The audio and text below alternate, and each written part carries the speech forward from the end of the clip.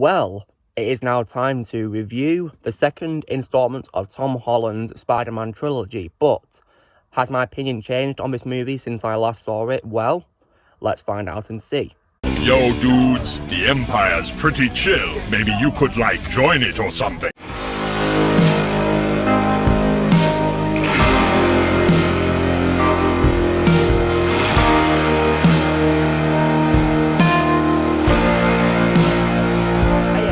Lucimus Prime here, so it is time for what is the next installment of my Spider-Man review videos, and this will be the last one on so far, and this is going to be for what is, as I suggested in the opening, the second installment of Tom Holland's Spider-Man trilogy, directed by John Watts. That would be, of course, what is 2019's Spider-Man Far From Home. So yeah, now... So this, of course, is the second installment of the trilogy, and overall as well, the 23rd film of the Marvel Cinematic Universe, guys, and taking place as an epilogue to my favourite MCU film, Avengers Endgame. So, yeah. Now, when it comes to this film, guys, this was, of course, developed in around 2016, and many castings were confirmed in 2017 and 2018, and filming, of course, began in various places such as the Czech Republic, Italy, and the New York metropolitan area, and also in the United Kingdom. Filming wrapped in October 2018, and the marketing campaign was also very expensive because for this movie, and it was also, of course, attempting to avoid spoilers for Endgame. Although one spoiler, of course, which is pretty obvious, is that Spider-Man came back from the blip, of course. So yeah, because it was confirmed in the trailer that he would survive the blip from Infinity War and come back. So there was already one spoiler. Far From Home premiered at the TCL Chinese Theatre on June 26, 2019, and was theatrically released in America on July 2nd. As the last film of Phase 3. So it was not the start of Phase 4, it was the epilogue of Endgame and the ending of Phase 3. So effectively, the last film of the Infinity Saga. The film received positive reviews with praise for its humour, action sequences, visuals, and performances of Tom Holland and Jake Gyllenhaal. It grossed over $1.1 billion worldwide, making it the first Spider-Man film to pass the $1 billion mark, but also the fourth high-grossing 2019 movie, and also Sony Pictures' highest-grossing film and the 24th highest-grossing film of all time. So, when it comes to my initial reaction, guys, so I, of course, saw this movie in theatres back in July 2019. I was a bit late to watch it because I was on holiday, so I didn't have time to see it just yet, so I went to see it, and I watched it, and I really enjoyed it, guys. I thought it was much better than Homecoming, in my opinion. But it still wasn't my favourite Spider-Man film, because even back then I did have, maybe slightly nitpicks, but I remember liking it a bit too much compared to now, because I gave it a very high score of 9.5 out of 10. And when it comes to rewatches, though, guys, I have noticed more flaws. We're removing some problems and things that I don't really like. So this movie, in my opinion, is still good, guys, by all means. But I've unfortunately downgraded my score a little bit since then, and we'll get to when I say my rating at the end of the video. So I, of course, have rewatched the film several times. For example, I rewatched it in preparation for Spider-Man No Way Home, which in my opinion was much better than this, in my personal opinion. And then, of course, I also, as well, rewatched it last night in preparation for this review. So what is this film about, guys? So, following the events of Endgame, Peter Parker returns in this movie. Our friendly neighbourhood superhero decides to join his best friends Ned, Michelle Jones, and the rest of the gang on a European vacation.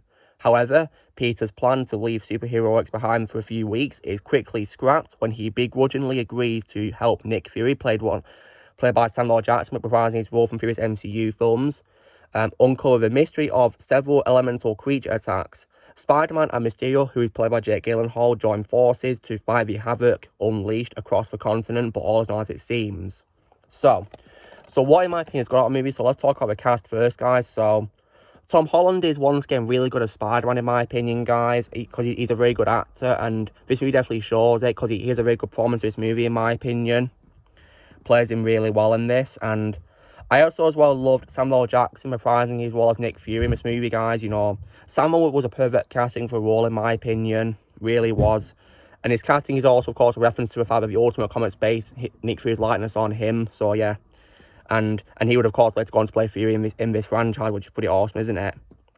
Now, when it comes to Fury, guys, you guys may notice that in this movie he's a little bit goofy and slightly different to how he's in previous MCU films, and personally I can accept it, because if you guys stick to the very, very end of a movie, then you'll find out why he's acting pretty goofy, because also as it seems.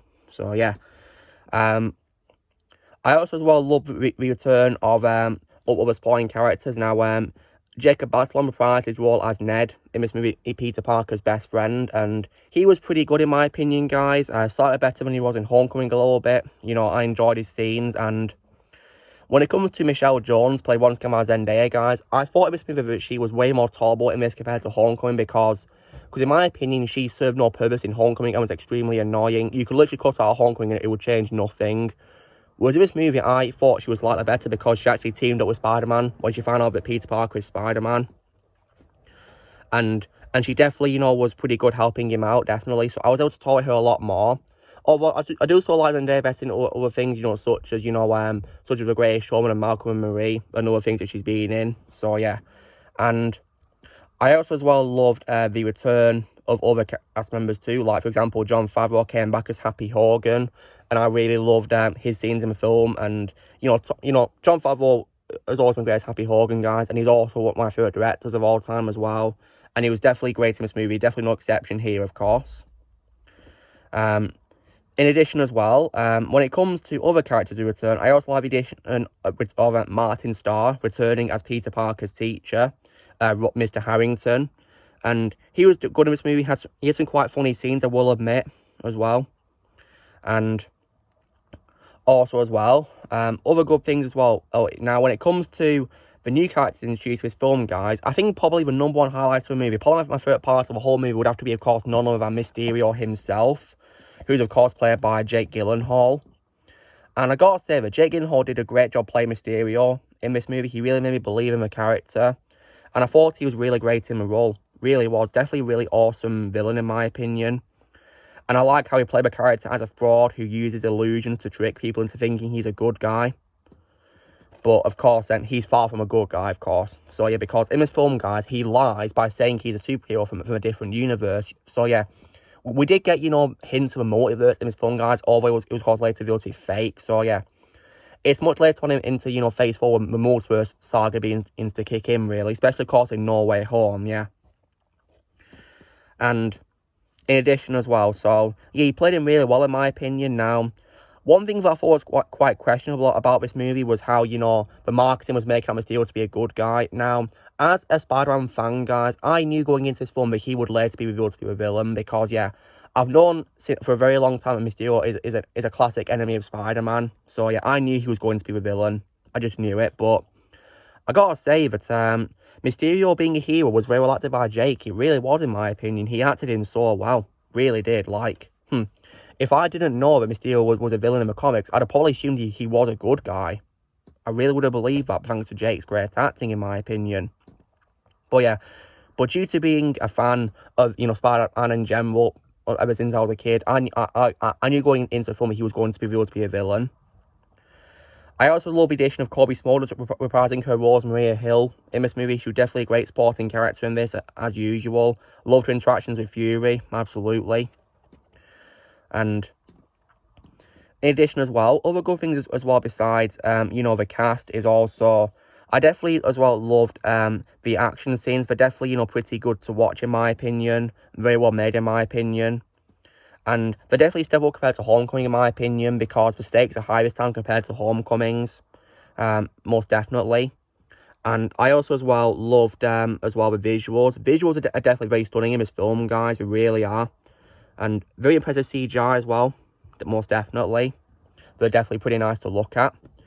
And I also as well definitely love the soundtrack composed once again by Michael Giacchino. And I gotta say that I think this music was also definitely a bit of a step up compared to Homecomings, because I love how, as well as doing his orchestral take on the 60s Spider-Man cartoon theme, I do love how he also included new themes, like for example his theme for Mysterio was pretty good. I liked his theme for Mysterio. I love how in the scenes when Mysterio was acting like a hero, that he gave him like a heroic theme, but when it's revealed Mysterio's evil, he plays it in like a darker tone. That was actually pretty creative, that really was.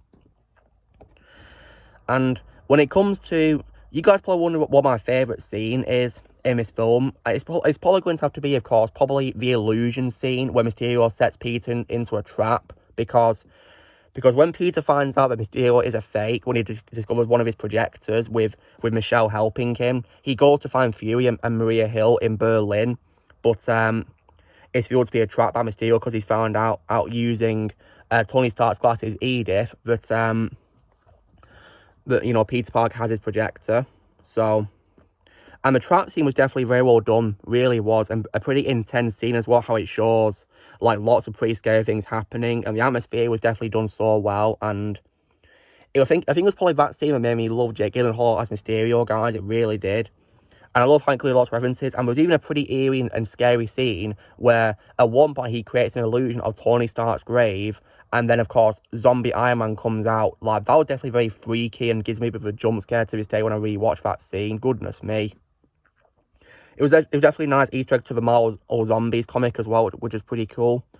And yeah, and in addition as well, yeah, Jake Gyllenhaal played Mysterio so well, guys. Although personally, I do like him better in things such as Prisoners. That's my favourite performance of Jake Gyllenhaal in Prisoners by Denis Villeneuve.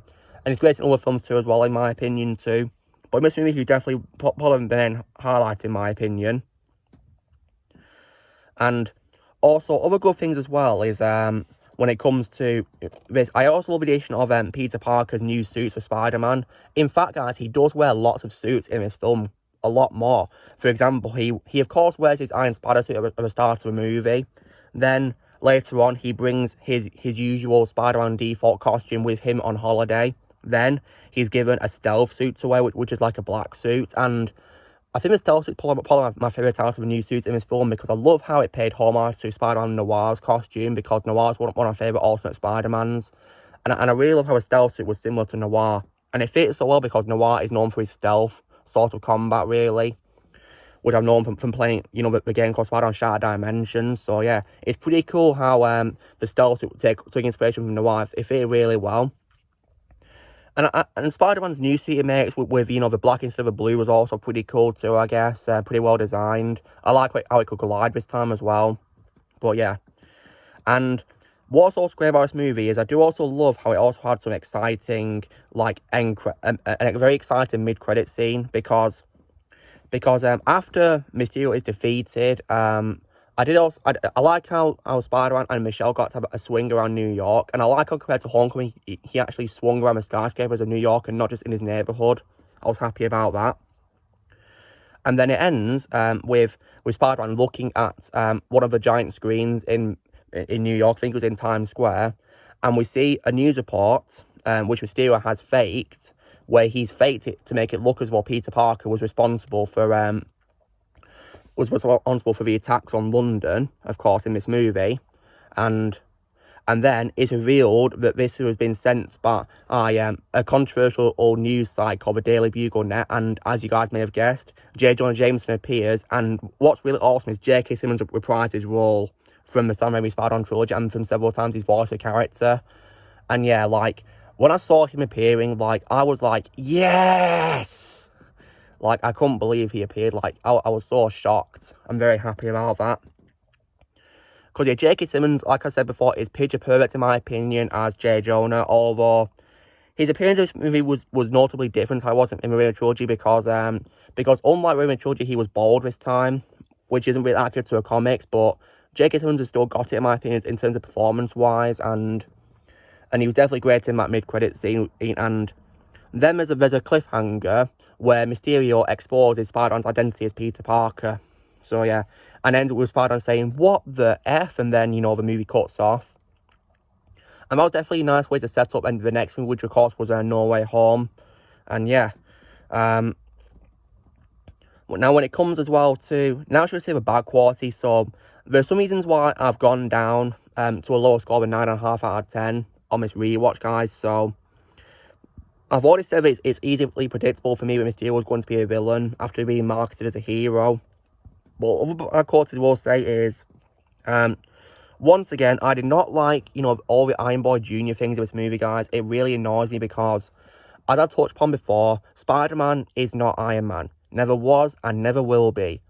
by all means, he can look up to Iron Man as a role model and a hero, but he cannot copy Iron Man. He's not Iron Man, in my opinion. No. And in addition as well, like, you know, there's many reasons why I didn't like that, because, for example, you know, his spider suit still has, you know, the Iron Man technology in it, and, for example, at one point he uses the taser, which really annoyed me. In addition as well, he, of course, uses Tony Stark's glasses called Edith, and, like, I'm thinking, really?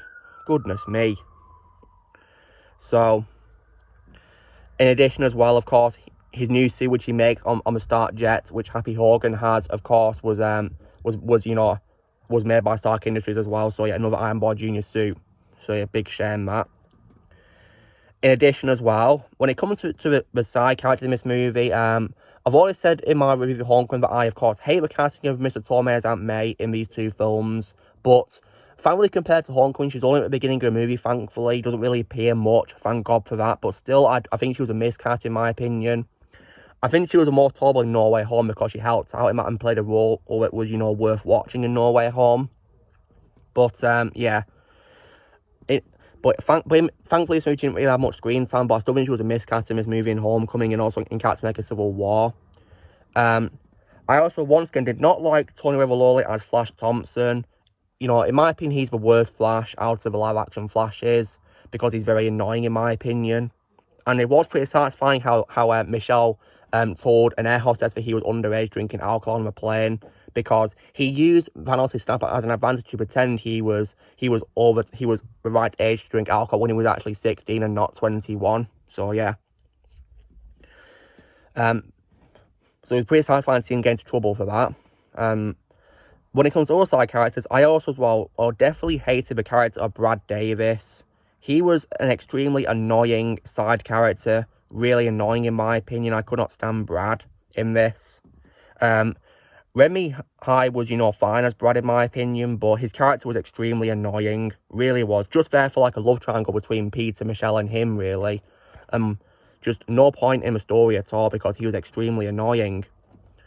And the entire scene where, you know, where Peter uses Edith to try and get and sort out Brad by getting the photos he took of him, where he's getting into his elf suit to show Michelle.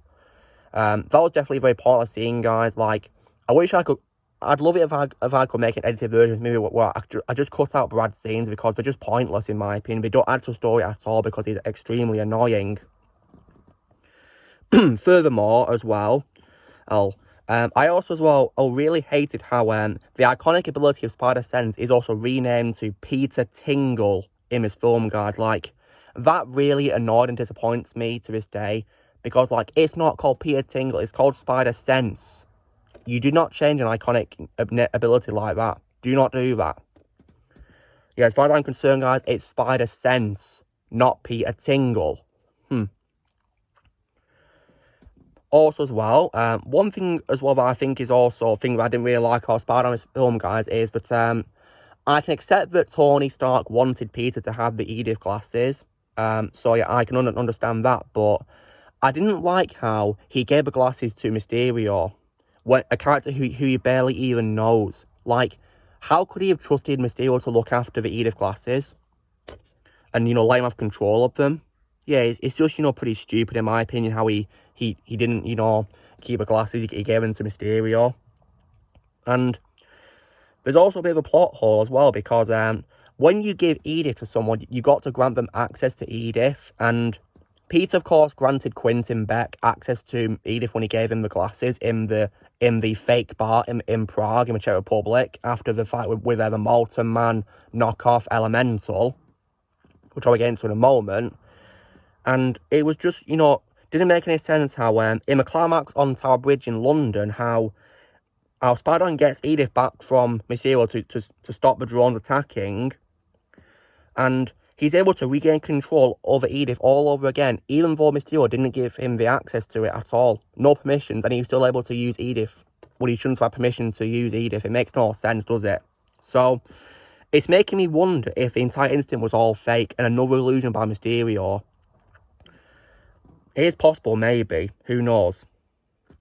In addition as well, when it comes to a stealth suit scene, guys, where he's given the stealth suit in that you know, house in Prague, I think it was, yeah. in the place where he stopped in Prague, you know, when we're going to it. That scene was definitely poorly written and disturbing, in my opinion, guys. Pretty creepy. Like, I'm thinking, really, why did you have to execute, you know, the stealth suit costume change scene like that? That was just cringe and was stupidly done, in my opinion. Like, there's been much better costume changes in the Spider-Man films than that scene. Much better, in my opinion. And also, as well, another thing as well that I also did not like, guys, as well, was also the way the elementals are portrayed, because in this film, guys, these side villains beside Mysterio, of course, are the elementals. One that's made out of sand, the other made out of water, and the other made out of, you know, like molten stuff. And the promotional material for the films are also very, very misleading, and also the Lego sets, because they made it look as though they were going to be, you know, like classic Spider-Man villains in this film, like, for example, Sandman, Hydro Man, and Molten Man. But no, they were just generic knockoff holograms of these characters called Elementals. They weren't even real. It was all staged by Mysterio as a fake. So yeah, it's just stupid, really. Like, because I got Lego sets of you know, these films, guys. You know, like the battle in Venice, and also, of course, the fight with Molten Man. But yeah, what is stupid is they literally regard the elementals by their names of Hydro Man and Molten Man, which is just, you know, so stupid. So, like, why would you lie to us? That's just ridiculous. And a missed opportunity too, as well. Like, it would have been really cool to see Tom Holland Spider-Man fighting against, you know, these classic Spider-Man villains. And in my opinion, Hydro Man's an underrated villain as well. Thankfully, No Way Home, we got the real Sandman. But, you know, still, it was a big missed opportunity how they made out the elementals weren't Spider-Man villains. It was just ridiculous, in my opinion. And another bad quality we'll also say is also regards to Peter and Michelle's romance, really. I feel like it could have been executed a bit better, really. You know, I don't think it was as good as romances between, you know, like Tobey Maguire, Kirsten Dunst, Andrew Garfield, and Emma Stone. And I feel it wasn't really enough, especially because, you know, Michelle, kissing him was just a peck on the lips, and that was it. Not even a proper kiss. So yeah, that was it. Really. Yeah. Thankfully, it got better No Way Home, but still, you know, I think it could have been executed better in this movie, to be honest. And also, as well, when it comes to this movie, of course, taking place after the events of Endgame, most of the characters appear to shrug off being disintegrated by Thanos as just some minor inconvenience, which is, you know, pretty weird, really. So, like, really? You've been disintegrated for 5 years and you don't care? That's just weird, isn't it? Pretty stupid. But nonetheless, for guys, you know, despite those bad qualities I mentioned, I still think Far From Home is, you know, still a good movie, in my opinion. Not terrible by any means. I mean, some people regard it as their least favorite Spider-Man film, or maybe even the worst MCU film. I mean, that's their opinion, but for me personally, I still think it's a good movie. You know, not terrible in my opinion, but, you know, still, but still not the best Spider-Man film in my personal opinion. So yeah. Now, when it comes to the post-credit scene of the film, guys, it of course shows Fury and Hill driving away in their car, and then of course it's revealed that they're Skrulls, you know, Talos and his wife, all this time. And so that was definitely a surprise, I guess, and it's explained why Nick Fury would be out of character in this movie, acting a little bit goofy compared to how he usually is in the MCU. And but personally, guys, I know a lot of people interpret it as setting up that show, you know, called Secret Invasion, but because I quit the MCU after watching No Way Home, and I'm very glad that I did based on what I've been hearing about the recent stuff that's been happening with the MCU, I like to interpret that scene as just, you know, confirmation that Nick Fury is on holiday. That's what I like to do. I like to pretend that it's not setting up a show where he's got a Dumbledore beard. So yeah, I like to pretend he's just on holiday. That's what I like to do. Most definitely.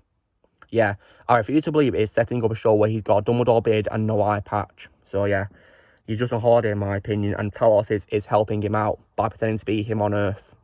So yeah. So yeah, it's because of the bad quality that I said, guys, and more problems I've noticed on rewatches, but yeah, I no longer give it a 9.5 out of 10, and in my opinion, I found No Way Home to be much better, personally. So yeah, that's my opinion, but I can accept it as being, like, you know, a decent way to, you know, as like an epilogue to the MCU, because in my opinion, the MCU should have truly ended with Endgame, based on what's been happening after Endgame. This is like, you know, just like a decent epilogue in my opinion, made by Sony. I just like to pretend it's a Sony film, like the same with No Way Home too. So yeah, that's my opinion. It's still a good film, but nonetheless, guys, but still, in my opinion, not as good as, you know, my other favourites, you know, like, say, you know, Spider-Man 2, my favourite movie of all time, and, you know, Spider-Verse, and the first movie by Sam Raimi, and also No Way Home, and also, I also think The Amazing Spider-Man is also slightly better than this movie as well, in my opinion. That's what I'd say. So, yeah.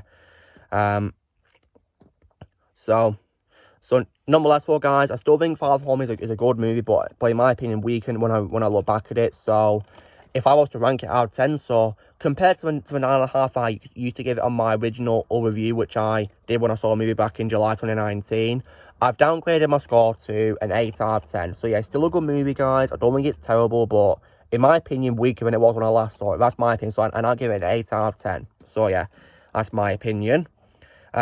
So guys, this is me doing an updated thoughts review on Spider-Man Far From Home.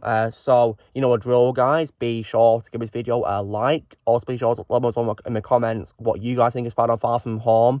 I'd love to hear what you guys think of it. Also, be sure to join Team Fan by pressing subscribe and movies coming in the future. If you'd like to be a member, you can press on your piece or you can order a description. And with great power comes great responsibility.